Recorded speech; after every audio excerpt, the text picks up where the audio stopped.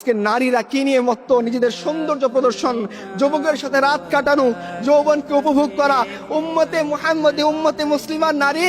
আরে তোমরা শোনো, রাসূলুল্লাহ সাল্লাল্লাহু আলাইহি সাল্লামের স্ত্রী আমাদের আম্মা জান আয়েশা রাদিয়াল্লাহু আনহা বলছেন যে যখন আমার ঘরে আমার রসুল, আমার স্বামী আল্লাহ রসুলের কবর ছিল, আমার পিতা আবু বকরের কবর ছিল, আমি পোশাক যতটুকু খুললেই নয় অতটুকু খুলতাম। যেদিন আমার ঘরে ওমর ফারুকের কবর দেয়া হয়েছে, এরপর থেকে এই ঘরেও আমি কোনো পর্দা লঙ্ঘন করিনি, কারণ এইখানে ওমর ফারুকের কবর আছে। আর আজকে উম্মতে মুসলিমার নারী সে চ্যাট গ্রুপে বলে সে কয়টা পুরুষকে খাইছে। আল্লাহ লানত তোমাদের উপরে। তোমরা জানো না রাসূলুল্লাহ সাল্লাল্লাহু আলাইহি ওয়াসাল্লাম কি বলছেন? তিনি বলছেন এমন একদল নারী আসবে যাদেরকে আমি দেখিনি, তারা পোশাক পরা সত্ত্বেও উলঙ্গ থাকবে, তারা জান্নাতে যাবে না, তো যাবে না, জান্নাতের ঘ্রাণও পাবে না। তোমরা শুনোনি এই কথা? তোমরা উম্মতে মুসলিমার নারী, আর তোমরা যুবকদের সাথে গিয়ে এই বাজে কাজে লিপ্ত হও।